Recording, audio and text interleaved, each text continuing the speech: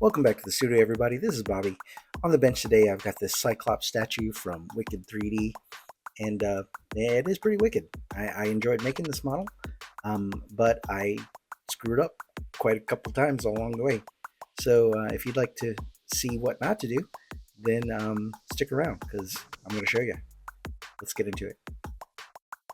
All right, I got my big bucket of parts here. Everything is washed and cured and ready to go. So let's set this aside and get to work. I like to start from the bottom up. I'm starting with the plinth and the sentinel head kind of parts. These are the pieces that are going to need the most work, just because the gaps on these are kind of huge.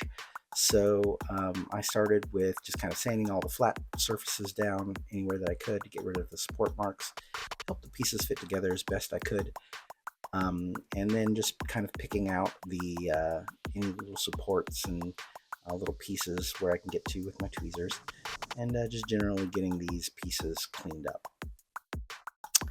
So it's at this point I realized my first mistake, which is a print error on the side of the sentinel head. It was easy enough to fix though. It was the little hose or cable thing kind of sticking off, so I went back into my 3D slicing software and printed just the cable part that I needed to replace. And then on the sentinel head, I scored around the cable with a X-Acto knife to kind of try to get a clean cut, and I managed to do that. So once I had a clean cut, and I filed it down and I attached the replacement hose, and nobody would have known the difference if I didn't show you. And with that repair made, I moved on to filling the gaps in the base. I got out my plastic putty and my Army Painter green stuff sculpting putty, because these gaps are really big, and there's a lot of detail on the base and on the sides that needed to be kind of reshaped and kind of resculpted back in. And so, as I mentioned at the beginning of this video, many mistakes were made.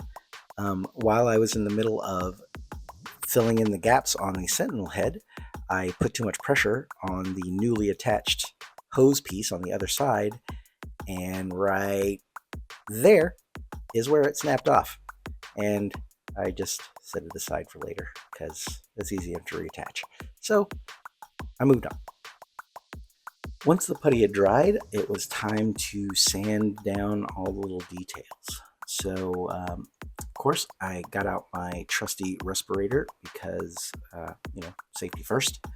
And then I used my pen sander to sand out the little details in the plinth and in the sentinel head primarily. The rocks mostly, the seam in the rocks was easy enough to kind of conceal just because it looks rocky, so not a whole lot of sanding to be done there.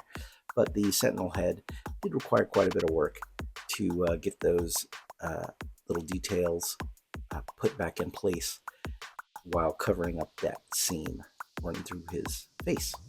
Hey, made a rhyme. And now it's time to start prepping the body parts. I started with the head and the optic blast. These parts are printed in an Anycubic clear resin. I didn't wash and cure them along with the other parts because if you overcure clear resin, it will turn yellow. So I like to treat them, a little separately than the rest. The first step after removing the supports is to give the parts a light cure with a hand torch. And this just prevents the clear pieces from sticking to your cure box, since they are still kind of coated in resin. I don't typically wash the parts because I think it creates a haze on the clear parts. So I usually just hand cure them, make sure you're wearing goggles, and then put them in the cure station for a couple minutes. While they are curing, I went ahead and started to sand down some of the other gray bits and get those ready and kind of fit and glued, ready for the next step. All right, time for some fun stuff. it's time to mount the LEDs in the head. So the first step is to remove some of the internal supports so that I have some room to run the wires and the micro LEDs. Once I had tweezed out enough of the supports and made some space, I sanded down the optic blast to make sure it had a nice solid connection with the visor. I was able to place it on the visor and use a pen to trace around where the blast is going to set, just so I can figure out where I want to drill my holes. After converting my grinding pen into a little hand drill, I proceeded to drill through the visor, and this was fun. I discovered that there's a full face behind the visor. So luckily I was able to drill through the visor without cracking it, and then drill through the face to make holes for the micro LEDs. Once I had that done, I mounted the micro LEDs with a little bit of transparent jewelry resin. It's a little thicker than the printer resin, so it stays in place once you put it in there. So I put just the tiniest of drops on each of the micro LEDs, and then mounted them kind of where I wanted them, and then hit them with the hand torch so they were locked in place. And they were really secure once I got them in there. I was kind of happily surprised by that. Once I had the LEDs mounted, I gave them a quick test, and then it was time to clean up and move on to installing the battery pack. So this step's pretty straightforward. I just traced out the battery pack shape on the bottom of the plinth, kind of where I thought it should be. And then I used my hand drill to trace out around the cut where I want to place the battery pack. I'm just kind of thin it out because that base material is pretty thick.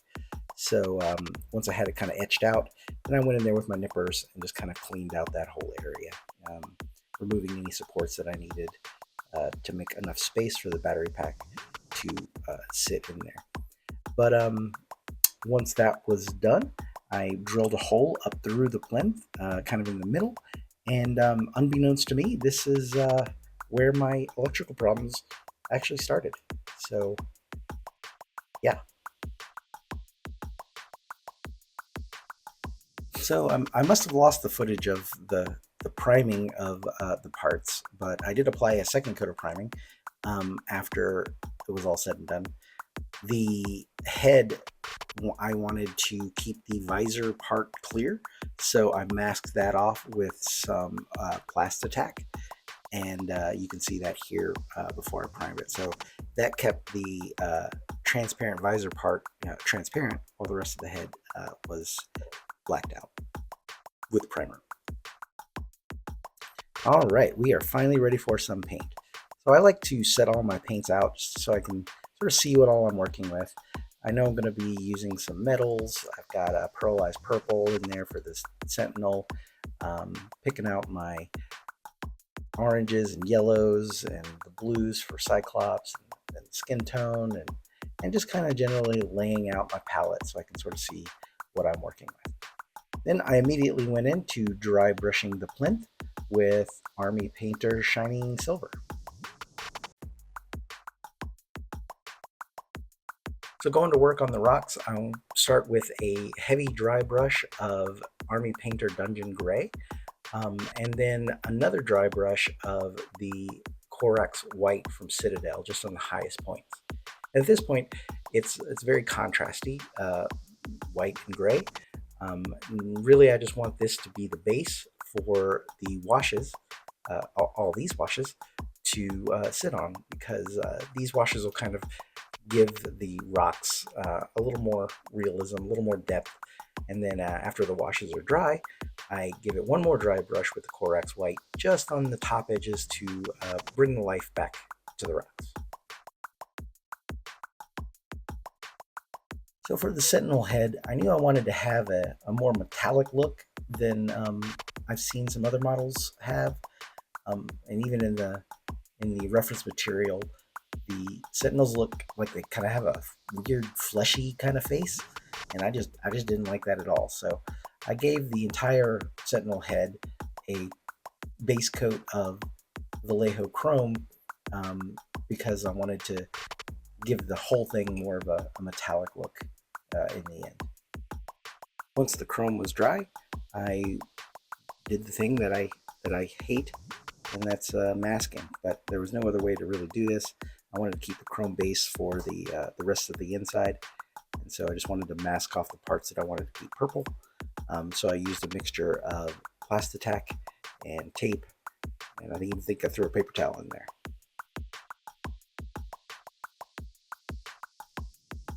And then it was back in the spray booth for a couple coats of pearlized purple.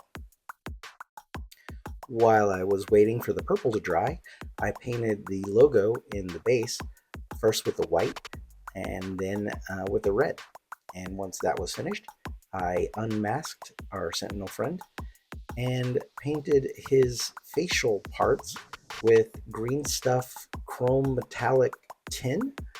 It was really a toss-up between tin and the bronze, but I'm glad I went with the tin. It's a little more subtle, kind of almost a fleshy kind of color, and I'm glad I made that choice. So to finish up the Sentinel head, I base coated the eyes with an Army Painter Vampire Red, and the cables with the Green Stuff World Metallics bronze. It's a slightly darker color than the face pieces, and ended up adding a nice little variation to the metals in the face. Once those base coats were dry, I applied a black wash very, very liberally all over the piece. I wanted to really start to darken it down a little bit and give these metals some age. And then the final step was to go back with some silver, or I'm sorry, the metal color chrome from Vallejo to add some scratches and add some battle damage to the purple and to all the metals, just to make them pop a little bit. Going to work on the body now. I have base coated the blue parts with a dark sky from Army Painter as the base color, and then I went in with a Vallejo black wash into the recesses and just kind of following the contours of the model, and finally a highlight color of Vallejo flat blue, very, very lightly, just on the highest points of the model, again just kind of following the contours and accentuating the detail in the model. And so here is where I made a wrong turn. I wanted to have kind of a orangey brown sort of tone in the recesses of the orange or the yellow. So I thought it made sense to base coat it with an orange. And boy, was I wrong. We will see the output of this in just a second. But while I was trying to figure out how I could paint the glove on the torso, I accidentally broke off the jacket zipper. Upon realizing that I had broken off the jacket zipper, I reattached it and I examined the other zippers and saw that they too were broken or missing. So I reprinted all the zippers and reattached them all, and they were little devils, but I got them on. So just word to the wise, be very, very careful around those little zipper pulls if you're making this model. Continuing on with my yellow catastrophe, I sprayed Army Painter Phoenix Flames, mostly from the top down. I wanted to hold on to some of that ugly, muddy shadow that I started. And while that was drying, I base coated the jacket with Army Painter Leather Brown. While that was drying, I went back to the freestanding yellow parts and dry brushed them with a demonic yellow from Army Painter, hopefully to bring back the yellow, the brightness of the yellow. And here's where I made my next mistake. Don't mix techniques and expect to have the same result. I used the same colors, same orange, same yellow, except I brush painted the harness that he's got running across his chest and the stripes on his, or the bands on his legs. I brush painted them in the orange, and of course that was way more saturation than they needed. And then I brush painted the yellow, and that was way more saturation than the airbrush parts had gotten. And so by the end, they were totally different. You can see here side by side, they're just totally, totally different. So I did what I should have done at the beginning, and I whited it all out and started from scratch. And with the foundation of white dry, the great repainting can begin.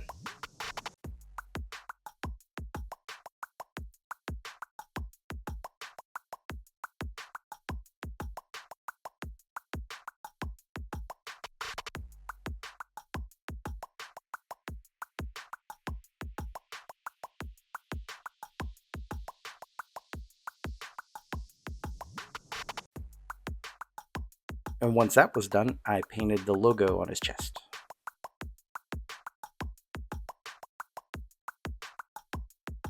I finished off the yellow parts with a sepia wash to start the weathering, and then a yellow dry brush with the demonic yellow, and then moved on to washing the jacket with a black wash. While I was washing the jacket, I was using a paper towel to kind of, dab off the excess wash and add a little texture. And while I was doing that, guess what happened? That's right, broke the motherfucking zipper again. Ugh. So I got out my jewelry resin and my torch, and I put it back on there. And at this point, it looks so chunky, it's sticking out like a turd in a punch bowl, but I don't even care anymore. Let's just move on. Finally, moving on to the details of the body, I painted the logo and his waistband, the little gold accents on the pouches and the little buckles and clasps with a green stuff chrome metal gold. I really love this stuff. I love how it flows. This was actually a very satisfying part of the process. I really enjoyed painting all the shiny metal bits on his pouches and his chest piece and the buckles around his boots and stuff. This kind of made up for having to stop and fix that zipper jacket for the fourth time. Moving on to the portrait, I started with a base coat of Vallejo Brown Rose, and then I used a Army Painter Barbarian Flesh, kind of sprayed from the top down on the portrait. While I was waiting for that to dry, I applied an alcohol ink to the optical blast. Then I used the Vallejo Premium Gloss Varnish to kind of bring back the clear crystalness of the translucent print. It actually looks really, really nice. After applying a varnish to the face, I covered it with a Plastitac mask so that I could paint the cowl with the same blues that I used on the body. Once that was dry, I removed the mask and attached the head to the body so that I could apply some washes around the seam just to kind of help it blend in with the suit a little better. I'm not totally covering the seam anyway, but I do want the colors to kind of line up. So attaching the head just kind of made sense to do the washes. After that was done, I painted the trim around the cowl with a dark sky and just kind of tidied up around the face a little bit. Then I went in and base coated his hair with a Vallejo flat brown. All right, now it's time for some washes. So I like to use a purple, a red, and a yellow wash for my 3-stage wash setup.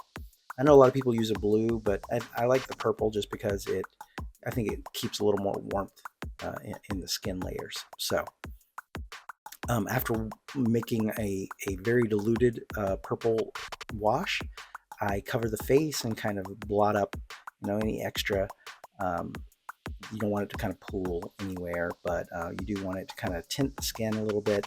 And then I'll go down into the deeper recesses with a brush and kind of make sure leave a little more of a trace of it down in the crevices there. After it dries, I take it to the airbox for a quick varnish in between each wash layer. I use the Army Painter Satin Varnish. I use this one just because it dries really fast. Much like a paint, it dries just within a couple minutes. And so I'm ready to go back in and do my next wash, which is this red wash. It's just a bright flat red, I believe. And I'm a little more liberal with this red wash, especially in the lower crevices in the mouth and stuff. The skin ends up being a little, heavily red tinted at this point, but the yellow wash is going to fix that. So I make sure to get around the teeth and the gums. I like to do a little heavier red wash around the lips, preferring to tint them this way rather than actually mixing up another color. So I think it just blends more natural. I did end up going with a very, very light kind of pink that I custom made for the tongue and the gums, because I didn't want those to be, a little bit darker, and the red wash just wasn't quite getting there. So I did end up brushing in a little bit of a brown rose, mix with some red to give the tongue and the gums a little bit more of a deeper color. Once that was done, I added a wash to the hair, and then I went in and painted the teeth with a Vallejo off-white. When you're painting teeth, you want to make sure that you're kind of touching each individual tooth and leaving just a little bit of a gap in between each one so they look natural. Otherwise, if you just painted a solid white, it looks like some bad denture job or something. And finally, I went in with the yellow wash, mainly around the highest spots on the face, the nose, the chin, some of the cheek wrinkles and that kind of stuff. And anywhere there was a little too much red, the yellow kind of helps bring the base skin tone back out. Gives a little bit of a sun-kissed kind of look and kind of warms everything back up. After sealing the skin tone and adding a little bit of a gloss to the mouth and teeth, I went back to the hair, giving it a dry brush of a flat brown to kind of bring it back up to medium. And then on the highest points of the hair, I gave a little bit of a tan dry brush. I believe it was the brown sand, just on the tips of the hair, just to really make it pop. Wrapping up the portrait, I used a surface primer. I brushed onto the visor so that the gold would have a nice solid color to rest on. This is the Green Stuff Chrome Metallic Gold, the same that I used on the rest of the body parts. And yeah, I really love this stuff. It flows so great. Once that was dry, I attached the optic glass with a tiny drop of super glue right in the middle. And once that was securely mounted, it was time to complete the assembly.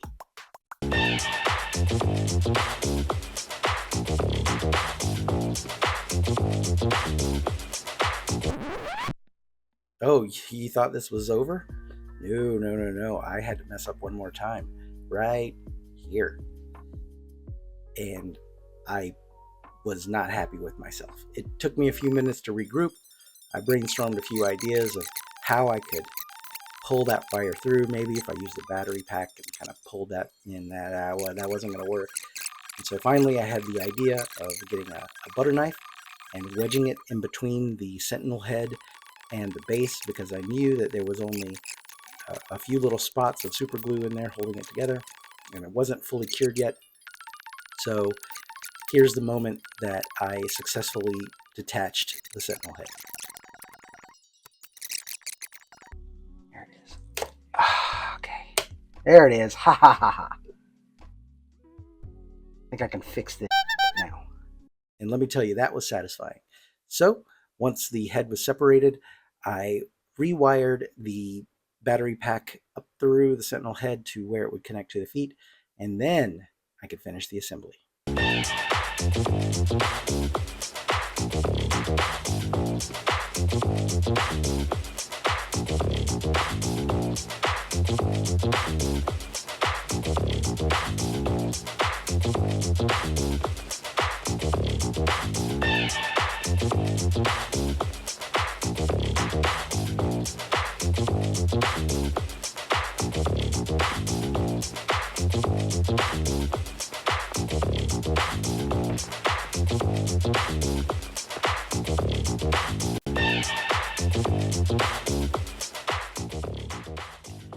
I want to give a special thanks to Wicked3D for this awesome model, and to my subscribers for hanging out with me on my live stream.